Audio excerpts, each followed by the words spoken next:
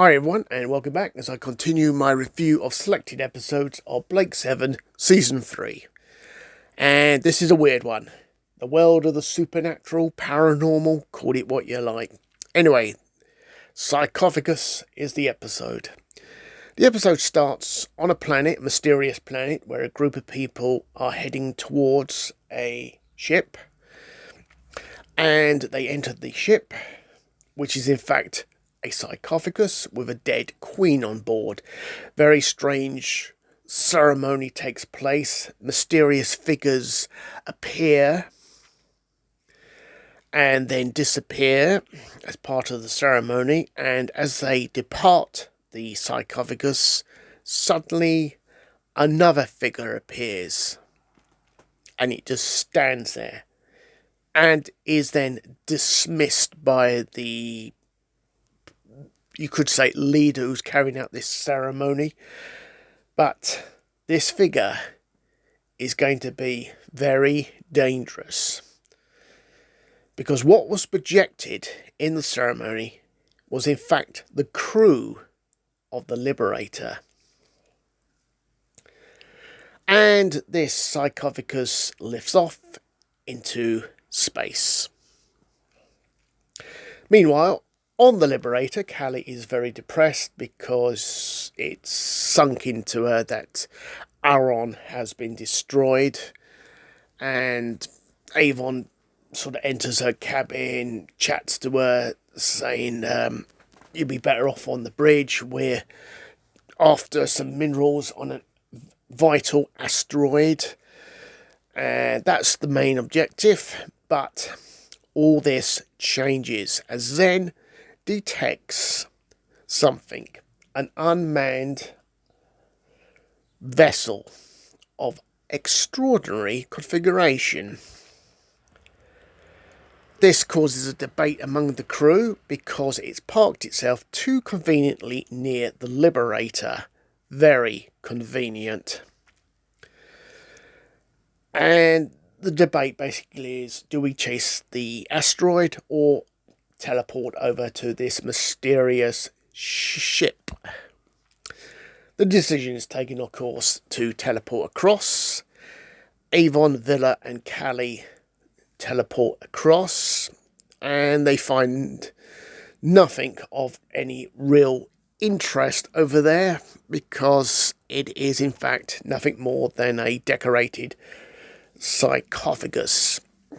Callie has already had strange things happening to her, which she sort of dismisses, and odd things start happening there. She also steals the ring off the corpse, who turns out to be a queen, and they find this strange instrument, and they trigger a self-destruct mechanism. Callie is the only one who's teleported back to the Liberator when they all try to get off. She says, send me back. The countdown's going on. This ship is going to go up in smoke, this sarcophagus. Anyway, she's teleported back. She links hands with Avon and Villa and brings them back to the Liberator just in time before the destruction of this mysterious sarcophagus in space. There's a bit of a debate, which Tarrant doesn't buy Callie's explanation of the events, and nor does Avon.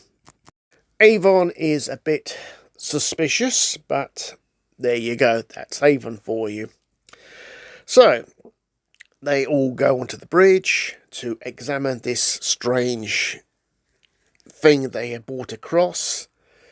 It doesn't react to anything, and for some bizarre reason, Avon and Tarrant have a little bit of a verbal argument between one another. While this is going on, unknown to them, because they're too busy arguing with one another, Callie has pressed some buttons on this alien device and has now activated this alien device.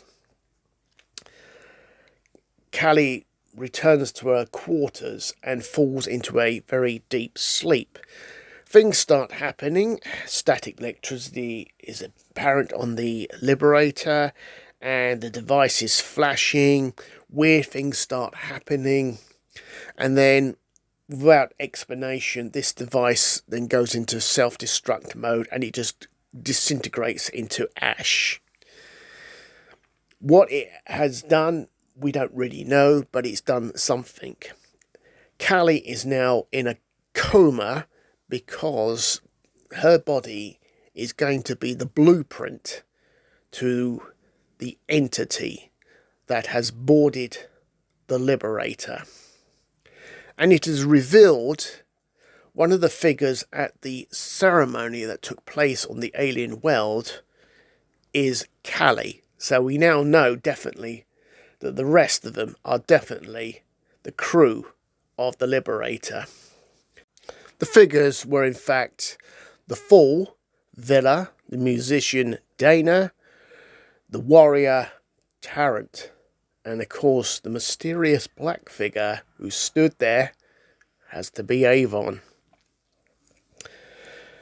And back on the flight deck, Villa starts performing conjuring acts, which is a bit bizarre, very bizarre, and he then commands Dana's musical instrument to play, and that's exactly what it does. It starts playing, and it alarms Villa, and Villa then has a run-in with the entity that appears before him.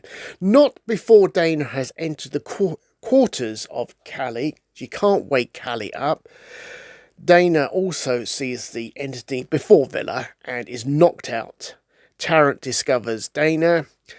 They start discussing something has definitely come on board the Liberator. It's using Callie's body as a blueprint, and enters Avon, who fills in a few more of the minor details. Avon states that he has been observing Callie and the entity for some time to Tarrant and Dana, and advises rushing onto the bridge is not a very good idea. But unfortunately, that is exactly what Tarrant does. He rushes onto the bridge to engage the entity, and, well, it doesn't go in Tarrant's favour, not one bit. There's a bit of exchanging words between Tarrant and the entity, and the entity is basically given this sort of ultimatum. They can survive under her leadership as, well, pets, as Avon would put it.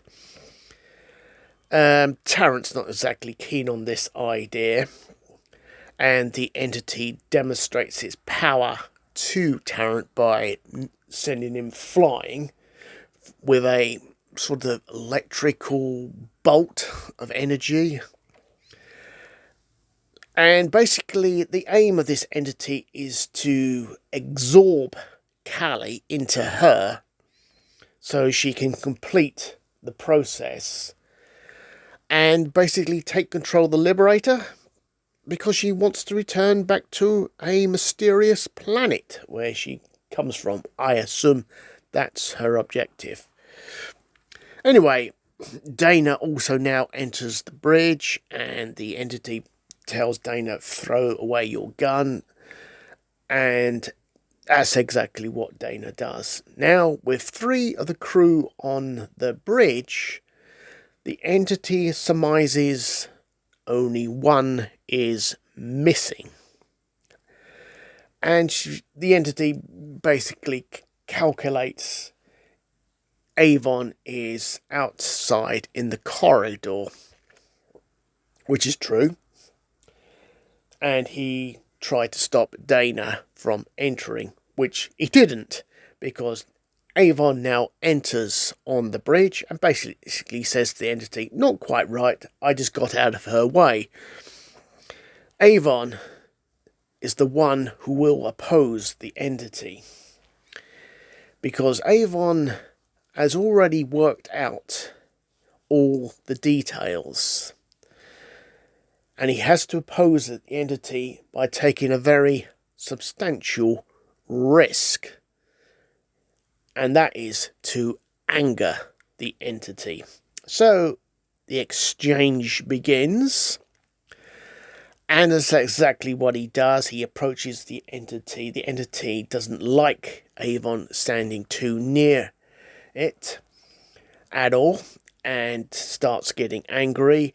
Avon, of course, definitely encourages the anger with the exchange of words. This is all part of Avon's plan, and it starts to work because Avon is, in fact, causing Callie to come out of her coma or deep sleep or whatever it is, and the entity really gets angry, and it releases an energy bolt or something like that that starts causing heck of a lot of damage to the bridge of the Liberator. Instrument panels blow up and so on. This is, of course, a gamble by Avon, and the gamble seems to be working. He's getting Callie out of her coma by antagonizing this entity. And then Avon puts the final movement of his idea into play. He kisses the alien. Yeah, I know that sounds weird, but the whole aim of that was to steal the ring off the alien, and it's exactly what he does. The alien entity starts begging for mercy. This is because Avon has deduced the real power of this alien entity is in the ring. And what Avon does next is to toss that ring into one of the broken panels on the bridge, which causes the ring to destruct. It is then revealed the final figure aboard the sarcophagus at the ceremony was in fact Avon. Avon was the one who would definitely oppose and definitely was a threat. And that's exactly what he was. And he wins. With the destruction of the ring, the alien entity starts to deteriorate, fades away and disappears. And the Liberator returns back to some sort of normality, you could say. Avon has won the gamble. And the result of the gamble, of course, was to bring Callie out of her deep sleep by literally snapping her out of it. And that's exactly what happens. Callie is back.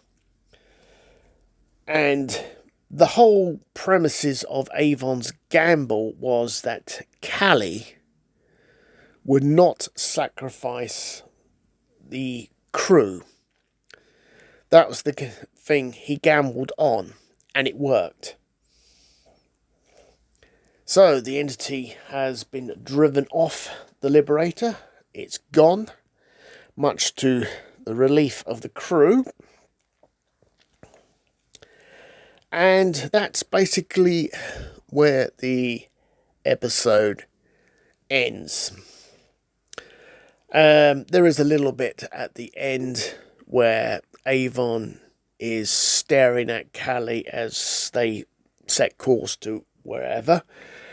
And it's sort of a look, basically, he's sort of saying, are you actually back to normal? And the look you get from Callie is, yes, I'm back to normal, thank you, Avon.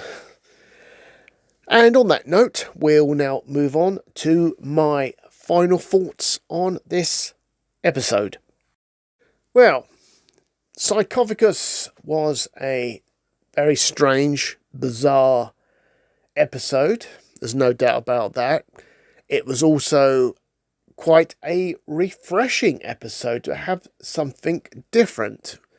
And this is exactly what this episode was. Something completely different.